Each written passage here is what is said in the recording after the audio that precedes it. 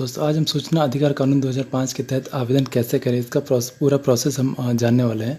हम ये भी देखेंगे कि आप एप्लीकेशन कैसे लिखें, साथ ही साथ लिफाफे पे क्या लिखना चाहिए और किस तरह से उसको हमको भेजना है। ये पूरा प्रोसेस हम आज के वीडियो में जानेंगे। तो सबसे पहले हमको एक इंडियन पोस्टल ऑर्डर की ज़रूरत होती है जो 10 रुपये का होता है। इस इंडियन पोस्टल ऑर्डर पे मैं आपको बता दूं कि आप अपने नियरेस्ट पोस्ट ऑफिस से खरीद सकते हैं और यहाँ पे आपको दिखेगा पे टू, तो पे टू के ऑप्शन पे आपको बिल्कुल ब्लैंक छोड़ देना है, यहाँ पे कुछ नहीं लिखना है। उसके जस्ट नीचे दिया at the post office at, तो जिस पोस्ट ऑफिस से आपने पोस्टल ऑर्डर खरीदा है उसका यहाँ पे एड्रेस यहाँ पे दे देना रहता है। इसके साइड में प्रेषक दिया रहता है, तो यहाँ पे आपको अपना एड्रेस पूरा दिया रहता है और साथ ही साथ इस साइड में आपको अपना पूरा डिटेल देना रहता है और उसके बाद इसको जो है फाड़ के अपने पास रख लेना रहता है। तो इसके बाद फिर हमारे आगे का जो प्रोसेस आता है वो होता है कि आवेदन कैसे लिखें। तो आवेदन लिखने के लिए सबसे पहले आपको एक A4 साइज पेपर की ज़रूरत होती है। इसके बाद आपको सबसे ऊपर सूचना आवेदन लिखना रहता है।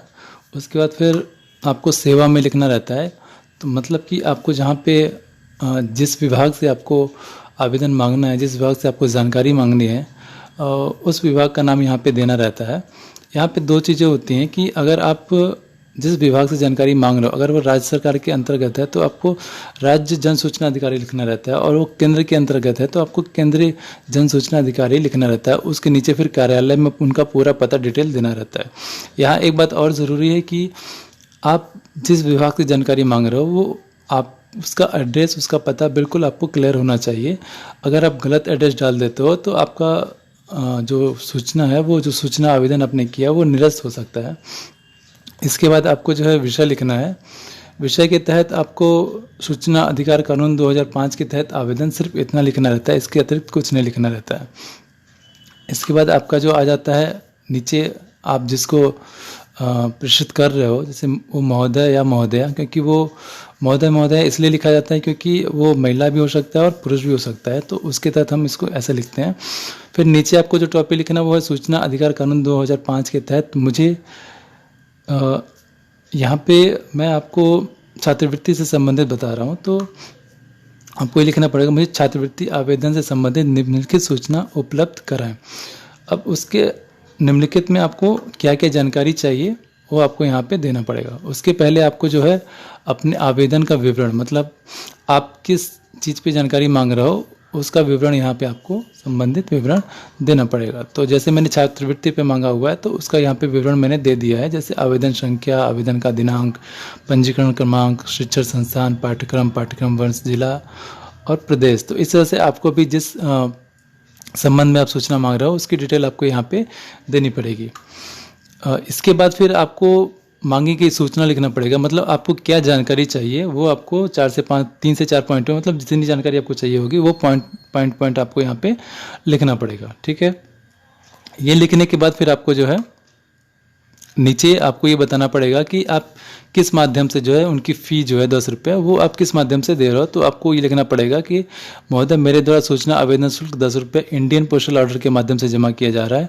और साथ ही साथ आपको ये भी बतानी पड़ेगी कि आपको ये जानकारी कैसे चाहिए, मतलब आप ईमेल से चाहते हैं या फिर अपने पते पर चाहते हैं, तो उस हिसाब से आपको यहाँ पर लिखना पड़ेगा। इसके बाद जस्ट नीचे आपको अपना नाम, हस्ताक्षर, पता, पिन कोड, ईमेल और दिनांक वगैरह ये सारी चीज़ें लिखनी पड़ेंगी। इसके बाद मैं आपको दिखा देता हूँ कि किस तरह से ये पूरा फॉर्म लिखने के बाद आपका आवेदन पत्र कैसे दिखेगा। तो वो आप देख सकते हैं कि ये पूरा प्रोफार्मा होता है जिसमें सूचना आवेदन एकदम ऊपर आ जाता है, फिर सेवा में आ जाता है। तो जैसे मैंने छात्रवृत्ति के लिए डाला हुआ था पिछड़ा वर्ग में, तो मैंने राज्य जन सूचना अधिकारी लिखा हुआ, उसके जस्ट नीचे कार्यालय, निर्देशालय पिछड़ा वर्ग कल्याण विभाग उत्तर प्रदेश, 10वां तल, इंदिरा भवन, अशोक मार्ग, लखनऊ, और पिन कोड जरूर लिखना है। उसके नीचे जस्ट विषय लिख दिया गया सूचना अधिकार कानून 2005 के तहत आवेदन। उसके नीचे फिर जैसे जैसे मैंने ऊपर बताया है वैसे ही पूरा विवरण यहाँ पे दिया हुआ है, छात्रवृत्ति आवेदन का विवरण दे दिया गया, फिर मांगी गई सूचना, और फिर नीचे जो है आपका एड्रेस वगैरह ये सारी चीज़ें उनको आपको दे देनी है। तो ये हो गया दोस्त आपका जो है एप्लीकेशन कैसे लिखते हैं वो हम यहाँ पे विवरण मैंने पूरा दे दिया है। इसके बाद फिर आता है कि आप लिफाफे पे क्या लिखें, मतलब जिस लिफाफे में आप अपने लेटर को डालेंगे और अपने पोस्टल ऑर्डर दोनों को मोड़ के उसमें डालना है, उस लिफाफे में आप क्या लिखेंगे उसको भी वैल्यू रखता है, तो उसको भी आप देख लें। उसके लिए लिफाफे का जो फ्रंट पेज होता है, जो फ्रंट होता है, फ्रंट पे आप जो है स्पीड पोस्ट लिखेंगे, क्योंकि कोई भी आवेदन आपको सिर्फ स्पीड पोस्ट से ही भेजना है, किसी और तरीके से नहीं भेजना है। तो उसके ऊपर आप स्पीड पोस्ट लिख देंगे, फिर जस्ट उसके नीचे लिखेंगे सूचना अधिकार कानून 2005 के तहत आवेदन।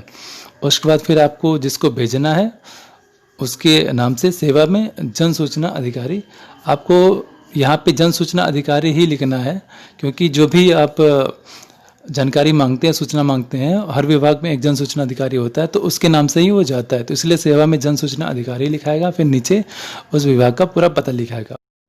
और लिफाफे के पीछे आपको अपना पूरा नाम और पता लिखना होगा, साथ ही साथ पिन कोड ज़रूर लिखें। और ये पूरी प्रक्रिया होती है आरटीआई दाखिल करने का। तो इस तरह से आप लोग भी अपना आरटीआई दाखिल कर सकते हैं। जो भी सूचना आपको चाहिए होगी वो सूचना आप मांग सकते हैं। अगर वीडियो आपको अच्छा लगा हो तो सब्सक्राइब करना बिल्कुल ना भूलें। Thanks for watching.